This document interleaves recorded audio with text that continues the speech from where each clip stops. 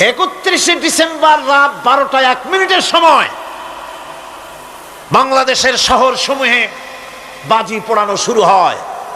কথা ঠিক কিনা? আমি জিজ্ঞেস করতে চাই, এটা কি খ্রিস্টানের দেশ? জোরে বলেন, এটা কি খ্রিস্টানের দেশ? অবশ্য আমাদের দেশে খ্রিস্টান, হিন্দু, বৌদ্ধ যারা আছে তারাও আমাদের নাগরিক, সন্দেহ নাই। কিন্তু এই দেশ হচ্ছে পৃথিবীর দ্বিতীয় বৃহত্তম মুসলিম দেশ।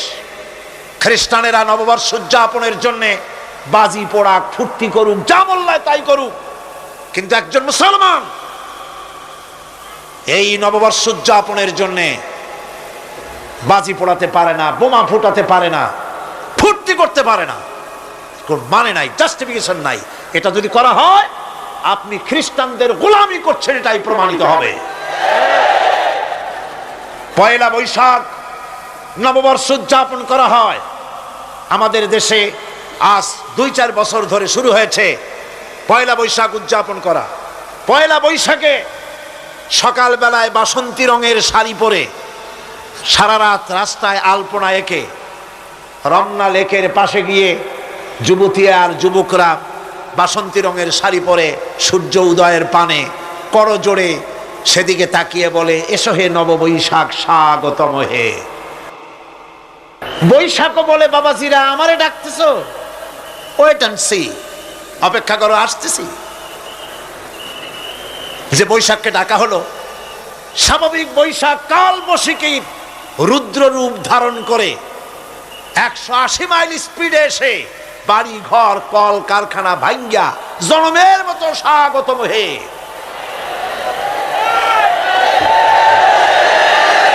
এরপর রাজনৈতিক নেতৃবৃন্দ এবং বুদ্ধিজীবী, ছাত্রছাত্রী, শিক্ষক, এক শ্রেণীর শিক্ষকবৃন্দ মঙ্গল প্রদীপ জ্বালিয়ে দিনের সূচনা করেন। কুকুরের মুখোশ, গাধার মুখোশ, কুমিরের মুখোশ পরে মিছিল করেন। ঢোল আরো কি হাবিজাবি বাজাইয়া ফুর্তির চোটে শীতই পড়বে না খারাপ হয়ে থাকবে দিশা করতে পারে না। ঠিক কিনা কন? আমি জিজ্ঞেস করি, পয়লা বৈশাখের সাথে উদযাপন, নববর্ষ উদযাপনের সাথে মুখোশ পরার সম্পর্ক কি? গরু আর গাধার শূকরের মুখোশ পরে আপনি কি বুঝাতে চান যে নতুন বছরটা জাতির সাথে গাধার মতো ব্যবহার করবেন অথবা কুকুরের মতো? নাউযুবিল্লাহি মিন যালিক। মুসলমানদের জন্য জায়েজ নাই, হারাম হারাম। বৈশাখের কোনো গুরুত্ব নাই।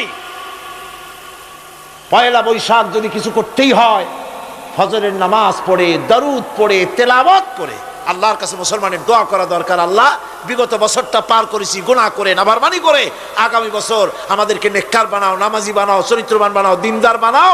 বছরটা দেশের জন্য, জাতির জন্য কল্যাণকর করে দাও। ভালো হইতো না? ভালো হইতো না? ভালো হতো।